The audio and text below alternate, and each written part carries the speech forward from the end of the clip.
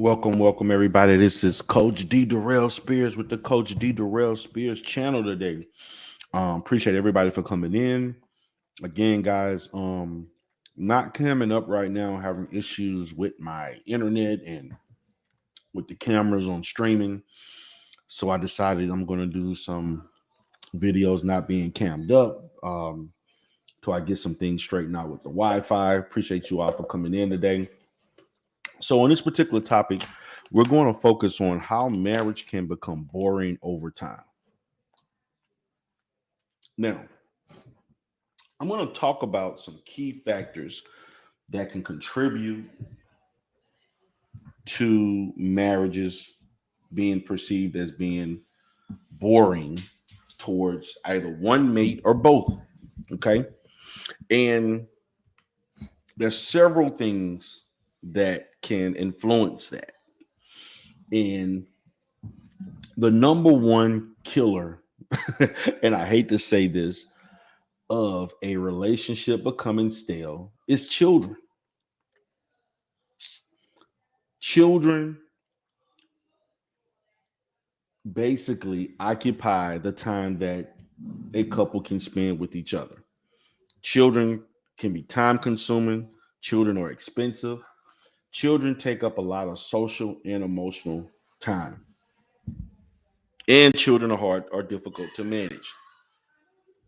So we have to understand that when you decide to have children, it makes it more difficult for you to spend and have that quality time uninterrupted. It's harder to manage now when you start having one child and two children. Now you have to start seeing how you can prioritize just to have a date, prioritizing to have sex, prioritizing just to spend some quality time just to talk and engage with each other. In many of those situations, you're probably tired and exhausted, either physically and mentally, emotionally also. Second thing you want to look at is just overall stress. When you are married, you are dealing with the fact that you probably have a lot of bills, home. So you get caught up in your careers. When you have a career that is not conducive to spending time with your family or makes it difficult, or your schedules make it difficult to see each other. Let's say you work the morning shift, he works the night shift. That can be quite difficult. Now, when I'm talking about the relationship becoming boring over time, it's usually based on the fact that you have allowed yourself to function under a certain routine that is based on all types of external factors outside of your relationship, outside of your household. And that can consist of going to school, that consists of working, that consists of your children, taking care of family, all types of duties and responsibilities outside of the marriage. Okay. Influence and make the relationship boring. One of the other key factors is that when married, people tend to stop dating. They stop doing all the fun and sexy and exciting things that they once did while they were dating. And then once they get married, they feel like they don't have to do those things anymore. In a marriage, it is important to keep things hot, keep things exciting, keep, spontaneous. You may not be able to do it as often and as freely because of being married and everything that encompasses.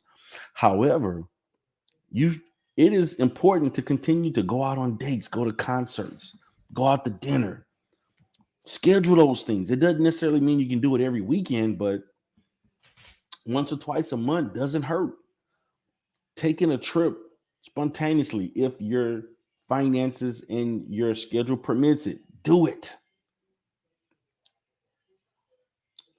Waking up in the middle of the night just to have sex, do it. Do those things, do all the freaky shit that you was enjoying when you were dating, do it. And do it when the other person is not expecting it. catch them off guard. We cannot allow marriage to be such a monotonous endeavor and where things are just going, just flowing. I'm just, this is that. I get up in the morning, you get up in the morning, you shower, I shower, you go do this and go jump in the shower with her. Matter of fact, when she's in the shower, why don't you participate in washing her and soaping her down and kiss? Do all of those things. Have drinks, chill out, do, whatever. Do all of those things that you did that drew you together. Continue to do those things when you are married. For some reason, people think because you are married, you have to stop doing all the exciting shit. The stuff that you liked that kept you with this person in the first place. Continue to do it. Matter of fact, you should actually get freakier. Use your imagination even more. Now, of course, there are restraints because of responsibilities, but that doesn't mean it just disappear. This is how marriages become boring because people become complacent and they don't want to do these things anymore. And one partner either wants it or both of them want it or they're lacking. This what leads people to cheat. This is how side pieces come into play because the side piece, excuse me, the side piece has a one simple job. Fuck the hell out of the person that's cheating on their spouse or whoever they're with. That's it. Side pieces are not necessarily meant to love, although that does happen, to spend a great deal of time bonding, getting to know. They're not there for a long time. They're there for a good time. This is what's missing. Prioritize these things. Switch some things up. Give your wife flowers just because. Take her somewhere when she wasn't even expecting. Do something nice. Sometimes the little things count.